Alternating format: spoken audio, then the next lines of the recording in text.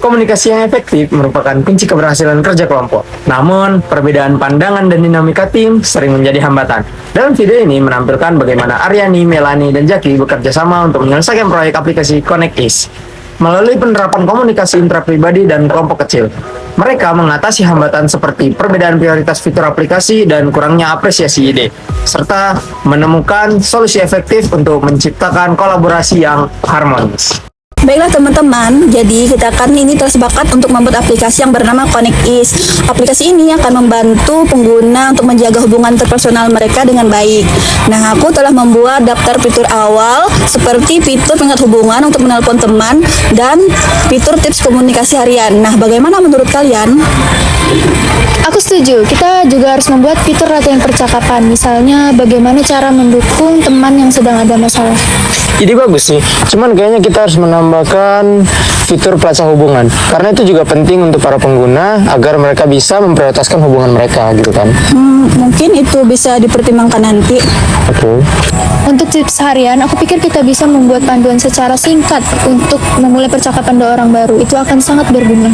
Setuju, aku pikir fitur pengingat ini harus dibuat sederhana. Pengguna cukup memasukkan daftar kontak yang penting bagi mereka.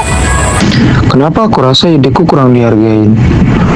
Aku hanya ingin berkontribusi dan menyampaikan ideku, tapi rasanya mereka tidak benar-benar mendengarkan. Apa mungkin aku harus coba menjelaskan lagi ya supaya mereka tahu bahwa ini tuh penting?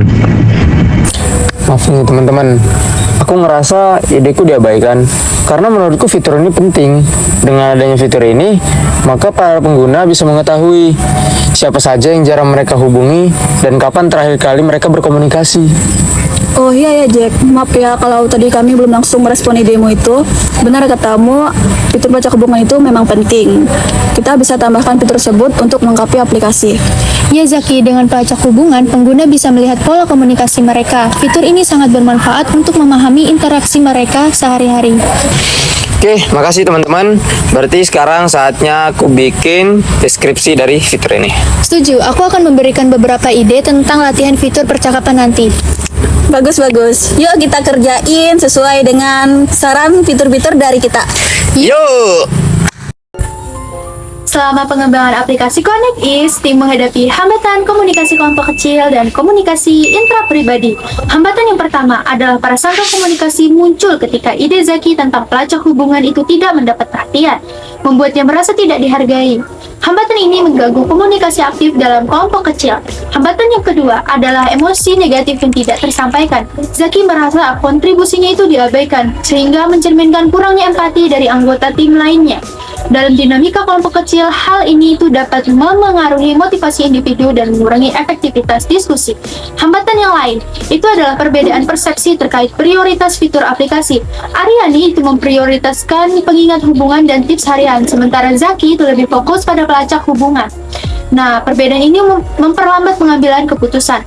Hambatan-hambatan ini itu menunjukkan bahwa komunikasi interpersonal yang tidak optimal baik dalam kelompok kecil maupun intrapribadi itu dapat mengurangi produktivitas dan memperlambat pencapaian tujuan tim. Jika ada hambatan, pasti terdapat solusi untuk mengatasi hambatan tersebut. Nah, solusi yang pertama ialah mendengarkan aktif. Aryani dan Melani menyadari pentingnya ide Zaki dan meminta maaf. Dengan penerapan mendengarkan aktif, Zaki kembali bersemangat untuk berkontribusi. Penerapan komunikasi kelompok kecil ini membantu memperkuat pemahaman antar anggota tim. Solusi yang kedua ialah penerapan empati. Ketika Zaki merasa diabaikan, Aryani dan Melani merespons dengan lebih memahami perasaannya. Nah, ini memperbaiki hubungan emosional dalam tim. Selain itu, Zaki juga menerapkan komunikasi intrapribadi untuk mengolah emosinya sehingga lebih terbuka menyampaikan idenya. Solusi yang ketiga ialah klarifikasi persepsi. Aryani menjelaskan prioritas fitur utama sambil tetap membuka ruang untuk fitur pelacak hubungan sebagai pelengkap. Langkah ini menyelaraskan pandangan tim dan memastikan semua ide terakomodasi. Nah, solusi yang terakhir ialah kami membagi tugas berdasarkan keahlian masing-masing. Pembagian ini meningkatkan efisiensi kerja sekaligus menciptakan kerjasama yang efektif. Nah, dengan solusi-solusi tersebut, tim berhasil mengatasi hambatan komunikasi dan membangun kolaborasi efektif melalui komunikasi intrapribadi dan komunikasi kelompok kecil.